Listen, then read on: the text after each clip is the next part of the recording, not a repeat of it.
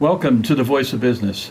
We're sponsored by the Greater Beverly Chamber of Commerce, which services the towns of Hamilton, Wenham, Danvers, and of course Beverly. I'm John King. I'm your host for today's show. I am the president of Headway Strategies Consulting, which is a consulting organization based here in the North Shore, and we help our clients make headway in these ever-challenging business conditions that we are involved with right now. So today's show, we're going to focus on two individuals. And putting this together, was thinking about it and say this is kind of a unique situation because we're going to have two individuals that represent services that affect us at the beginning of our life and towards the end of our life. And so we'll start off with Mark Anthony Hunter, who is the co-owner of the Goddard School of Middleton. And he provides services for newborns all the way through pre-K. Pre-K. Brett Kirkpatrick of Harbor Mortgage. He's a reverse mortgage advocate, also a loan officer.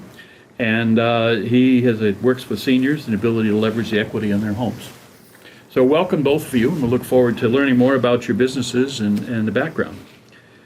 Mark, why don't you give us a little bit of background for you? I know that you spent some time overseas in some unique areas, and tell us how you got to the Goddard School. Sure. So my background is in sales and marketing, and primarily in healthcare. So I've worked for Novartis, Johnson & Johnson, most recently Hologic.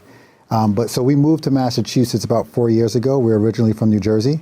So we moved from New Jersey. I took a position at Johnson & Johnson overseas, so in Dubai. So my family and I, we lived in Dubai for about 2 years, where I managed business in sub-Saharan Africa for Johnson & Johnson. When my wife was pregnant with our second child, we decided we wanted to move back to the States, and I took a role as a marketing director here in Massachusetts at a company called Hologic, which is a women's healthcare company. So while I was there, we have obviously two young kids. We're looking for care. My wife, in doing her research and looking for a school for our children, saw a Goddard School. At the time it was the Goddard School of Wayland, because we were in Sudbury, and fell in love with Goddard, fell in love with the philosophy, fell in love with how well the teachers interacted with the students, that we decided to, she just, in doing her research, saw that it was a franchise, and as a family we decided to purchase a franchise, and we took over the School of Middleton. She ran it for the first year, and I joined her in year two, and this November marks our third year at that school as owners. Wow, I know daycare is a challenge. I know we moved up here from Ohio in middle 80s, and it was like, well, okay, we've got one in kindergarten, or first grade rather, and then one who was 3 years old, and where was he going to go? Mm-hmm. And my wife, God bless her, managed to work out the solution for both boys, because we had before school and after school and all that kind of stuff to go on. But it is a very, very challenging situation to find the right place for that. Absolutely, and I would say, so obviously Goddard School, we take them as early as 6 weeks, but most parents come at 3 months, and we go all the way through pre-K. So depending on when their birthday is, anywhere between 5 and 6 years old. And I can tell you, when people ask me what differentiates Goddard or your particular school, and the two things I always say are our curriculum, which I can expound on later if you like, and as well as the culture that we build within the school. I mean, our youngest son goes there, and we always said we wanted a school where it was a home away from home, not just for the children, but also for parents as well. Okay. So how many students are in your school? About 124. 124. That's gone up from when you and I talked back last fall. Yeah, it has. Last spring, whatever. It has. Yeah, we're growing, which is great. That's great. And how many? Let's talk a little bit about Goddard, because I think that's your mainstay, and that's the basis for where your curriculum comes from. Correct. So, where is Goddard? I know it's a number of years ago. Yeah, Goddard actually was started by a gentleman by the name of Anthony A. Martino, who was probably most famous for AMCO, AA, beep, beep, MCO, and MACO. So he was the owner of AMCO and MACO. And legend has it that he was looking for a school for his grandchildren and couldn't find anything that had a good balance of play-based learning as well as a strong curriculum. So he created his own school. He got with a couple of scholars, both on education experts, psychologists, to help develop the curriculum and the format of the school, and it's happened about 30 years ago. There are now 500 schools across the nation, about 15 or so in this area, and obviously we're the ones in Middleton. Has he gone international? Has not gone international yet, and I don't think he's with us any longer either. But it's a great school with a great curriculum. Again, focus on play-based learning, and the idea is that we want to make sure we're engaging kids, and they're not necessarily milestones that they have to hit. But for us, we just want to see progress, right? Even with the little babies. So the little baby may start off doing one thing, but by the time he leaves that first classroom or she leaves that first classroom, we want to be able to show mom and dad, look, your child is making progress, and that's the name of the game for us. Okay, let's put the picture of your building up on the screen. I did see that when it was under construction as I drove down that area, and then all of a sudden it's there, and it's a beautiful building. It's much more impressive than some of the brick buildings that you see or cinder block buildings you see for other daycare situations. Right. So that's been around for what, 5 years now? It's actually been around for close to 7 years. Okay. The building's been around. And it's a great building, great facilities, 8,000 square feet, over 8,100 square feet, so a lot of room. 2 gigantic playgrounds, one for our toddlers and the other side for our preschool and pre-Kers. And we do a ton of events there as well. And so most oftentimes we'll do those events in the playgrounds. I mean, when I toured it with the group the other, probably 6 months ago, I guess. I mean, what was interesting was that you're totally contained. I mean, once you get in that building, the kids go out to the playground. It's not like they're on the street or anything like that. It's a pretty controlled environment. Right, and that's that's our number one goal, right? To make sure that the kids are in a nurturing, safe environment. And so even getting into the building, there are obviously measures that we put in place, and most schools do, to make sure that the kids are having fun, being successful, but safe and secure as well. So what geography is this the word? Yeah. Are you trying to capture at this point? Yeah, so geographic region. So our students hail from a variety of different cities, right? So obviously Middleton, because we're there. Danvers, Beverly, Peabody, we have kids. Boxford, Topsfield, North Andover, we have a lot of children from there as well. And so it's really about, because we're very close to 128, it's an easy commute for folks to come by and drop their children off and go off to work or to go home, wherever they need to go. So what hours do you operate? Yeah, great question. So we're open from 7 a.m. to 6 p.m. Always say we try not to nickel and dime families. So whether you're dropping off at 7 or picking up at 6, it's one fee, one tuition rate. You have to worry about anything extras on the front end or the back end. So what do you do when someone is trying to come up 128 to pick up their dear child at 5:58? Well, what we ask our parents to do is to call us, to give us a heads up, right? So let us know how far behind you are. Obviously, we're not going to leave any child there unattended. Right. So we'll stay there and make sure that your child is entertained until you're able to pick them up. Okay. And I know you've done a number of different events to promote the school. Yeah. The one that I thought was kind of interesting was Touch a Truck. Why don't you tell us a little bit about that? Yeah, so we partnered with a lot of the local businesses, civic organizations. So we had Essex County Sheriffs that had Touch a Truck. They did a canine demonstration, which the children loved. We had obviously Middleton Police Department, Middleton Fire Department, as well as local businesses as well. And the kids, and we opened it up to the entire North Shore community. So our last event, we had well over 600 people attend. Wow. And it was a great event for everyone. Kids loved it. Again, local businesses had the opportunity to promote their own businesses as well. And it was a terrific event.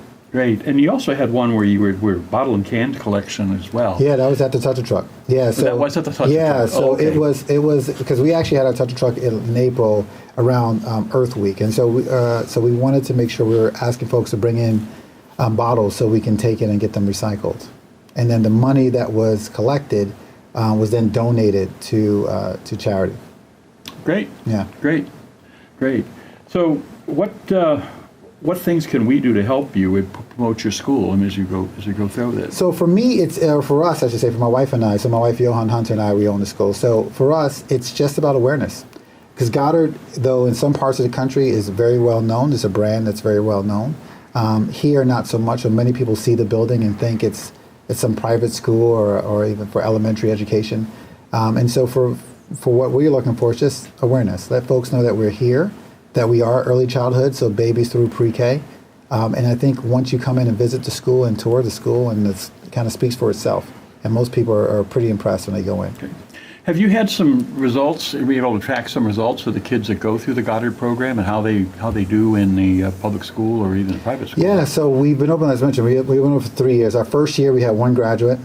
Second year we had 2 graduates. This year we're going to be up to 20, which is awesome. And so I can tell you, one of the children who graduated from us went to school in Middleton.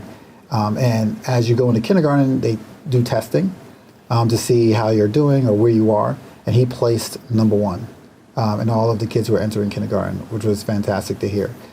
This year, our graduation, we're super excited. My wife, Johan, she's on the board as a trustee at Boston's Children's Museum.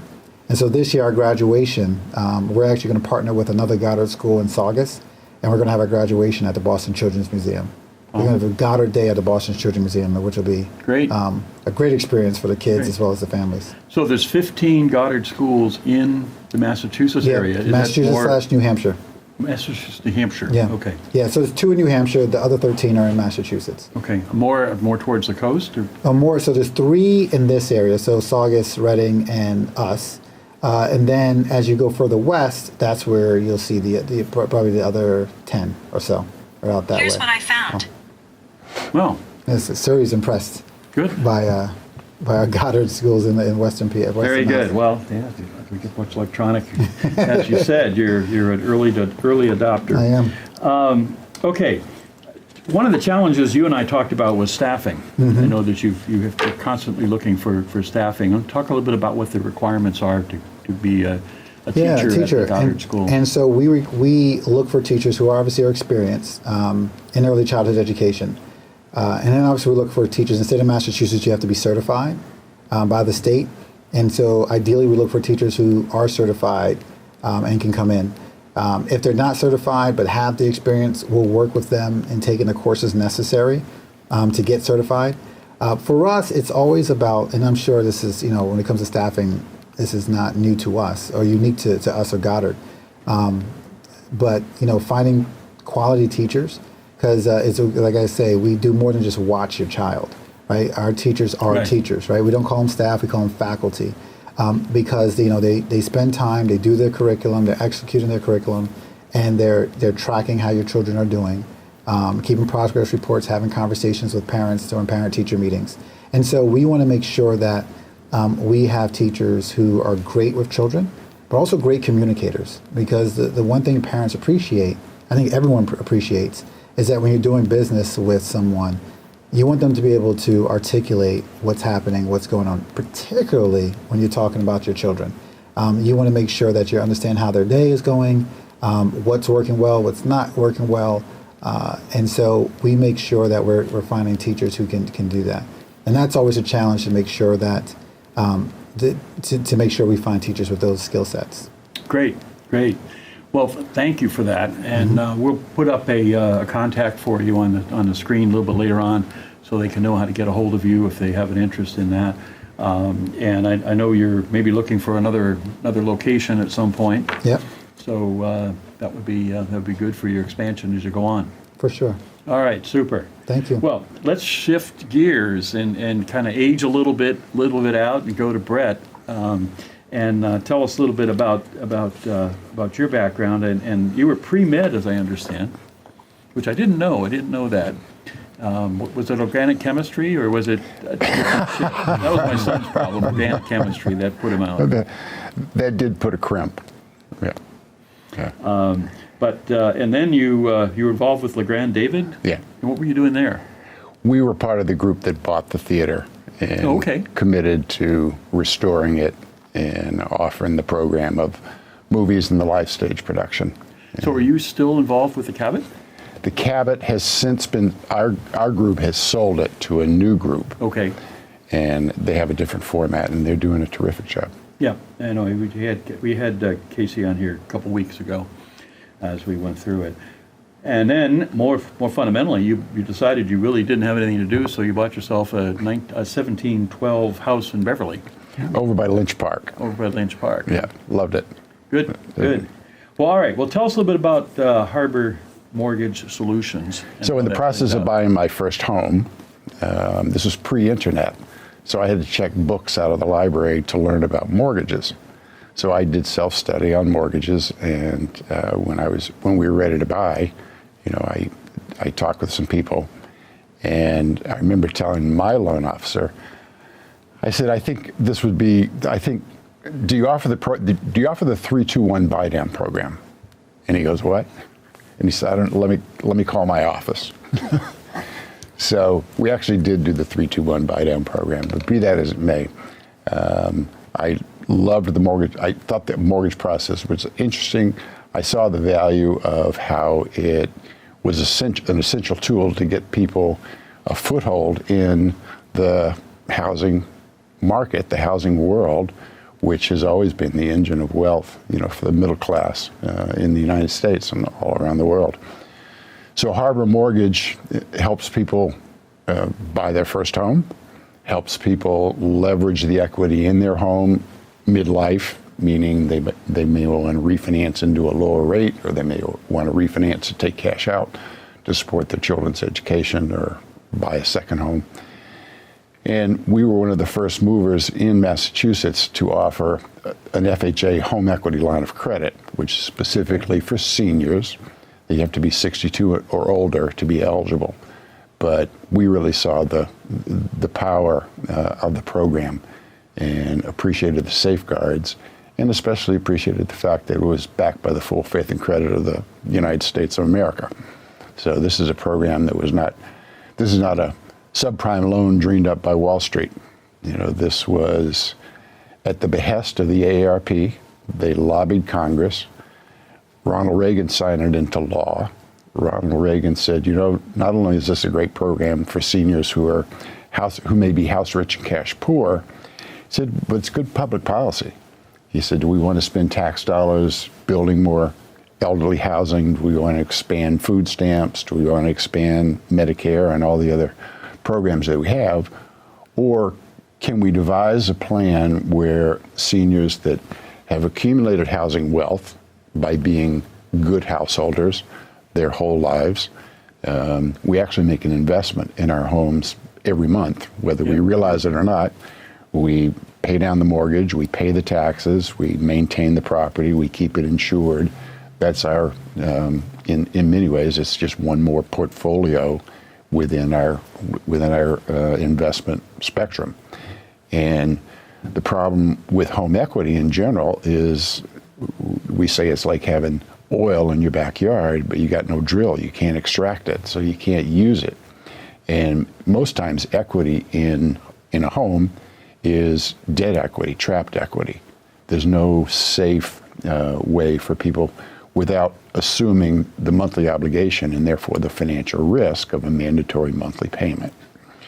So the essence of this program is that monthly payments are voluntary. So you can repay whenever you want, whatever you want, including nothing. But it still accumulates interest on the funds that you pull out. Whatever money that you've actually pulled out, and now it's like our MasterCard and our Visa. If you carry a balance into the next month, they charge you interest on that outstanding balance. Sure. And this is exactly the same. And again, like a MasterCard or a Visa or a home equity line of credit, they're willing to lend you up to this amount. The amount that they're willing to lend you is a percentage of the home value. And that percentage is stepped according to your age. So for somebody in their 60s, their initial line of credit might be 50%. Okay. Somebody in their 90s, their line of credit might be 75 or 80%. The logic being that the 90-year-old is going to repay a whole lot sooner than the 60-year-old. Yep. And therefore, you could take more risk with the older person than you could with the younger. Now, and again, this is all hearsay, but I have heard people that have gotten upside down on this with the reverse mortgage. How do people protect it on that? The people are protected by what's known as a non-recourse loan guarantee. Unlike our traditional mortgages, Fannie Mae, Freddie Mac, the local bank, those are full personal liability, full recourse. So in the event that that in a conventional loan, if you're underwater, if your home doesn't sell for the loan amount, You have to pay that. you're still obliged for the difference. Yeah. And if you're not willing to willingly pay it, they take you to court and they get a deficiency judgment. Sure. In some cases, banks will do a short sale. Short sale has now become rather commonplace. In fact, consumers almost expect it as a right, you know. But a short sale is a bank willing to forego, you know, their principal and their profit. Right. So short sales came and went, but fundamentally, a conventional mortgage, a Fannie Mae, Freddie Mac mortgage, requires you to make up the difference if home values fall or somehow you get underwater. This is different. The only recourse is the value of the property. So in the event that you are upside down, the bank is obliged contractually to accept the sale price of the home as full value for the outstanding loan balance. The protection, so that's a protection for the homeowner and for the heirs, Right. because most times our older clients tend to want to stay in their home until they pass away, and then they want the home to pass to their children, which it does. So the children inherit the home, but they also inherit the debt. Sure. And the children can keep the home as long as they can refinance into their own Right. mortgage, Right. or perhaps there are other funds available in the estate, but they need to repay the parents' debt. If they decide to sell the home, then like any other mortgage, they repay the outstanding loan balance and they keep the difference. They pocket the difference. That becomes their legacy. That becomes their estate value. So it sounds like you've got some more protection than what I perceived initially, because I remember talking to somebody saying his mother was upside down in her reverse mortgage and so forth and so on. She was, and she still was able to remain in her home for as long as she lived. Yeah, I didn't. So that didn't trigger a repayment event Right. or a repayment obligation. Got it. Every participant does have an obligation. They have to pay their real estate tax. They have to keep the home insured, Sure. and they have to keep it in reasonably good repair. Okay.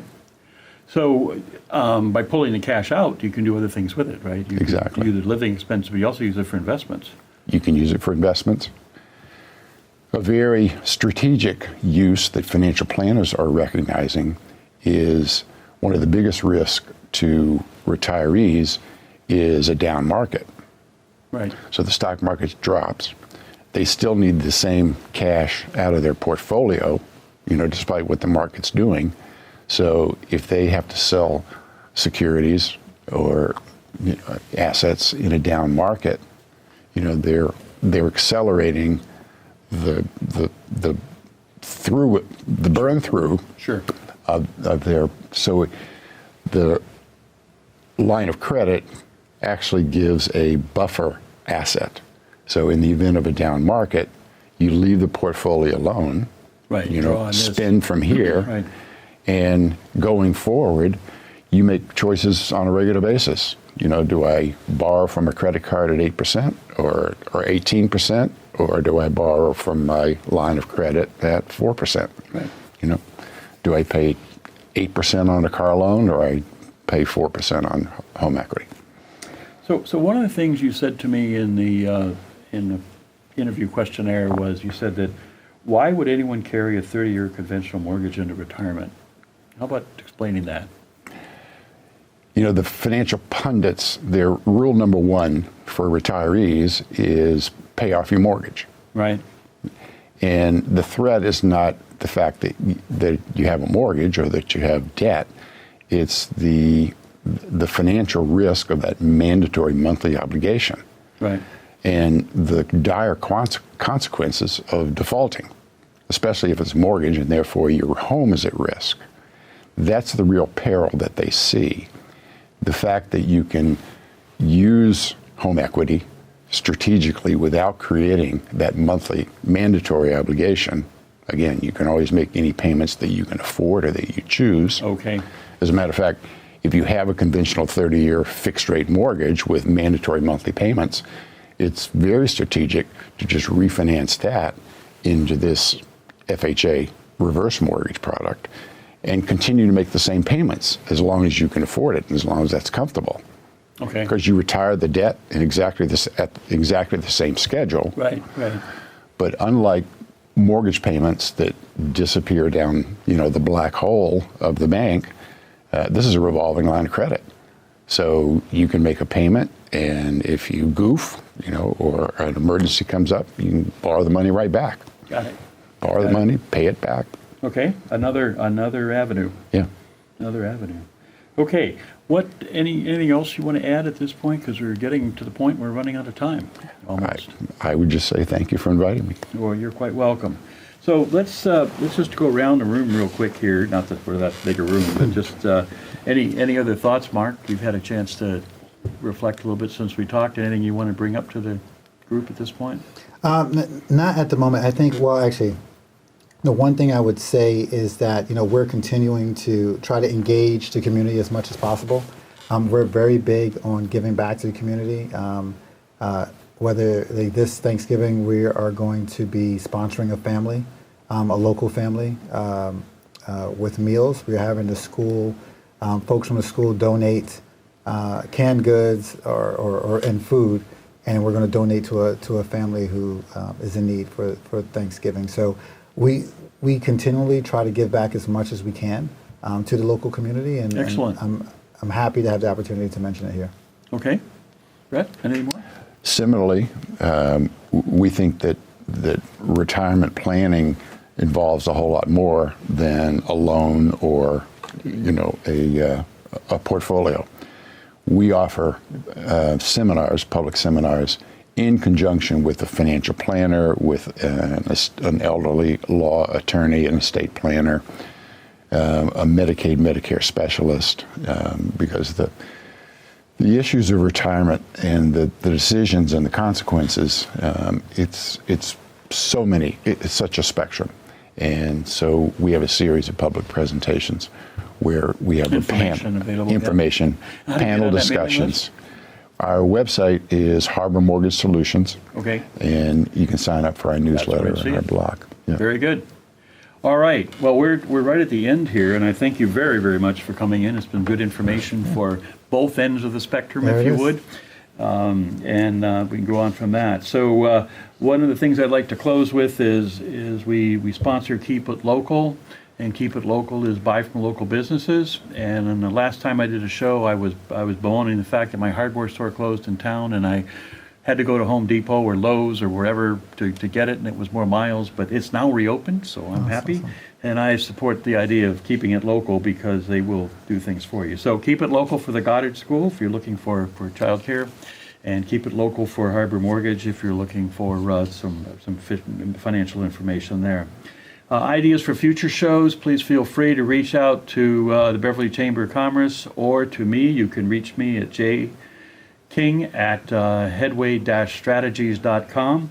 And I'll look at the thing, and we'll try to put together a program that may be of interest to you. With that, thanks very much for watching, and remember, keep it local. Thank you.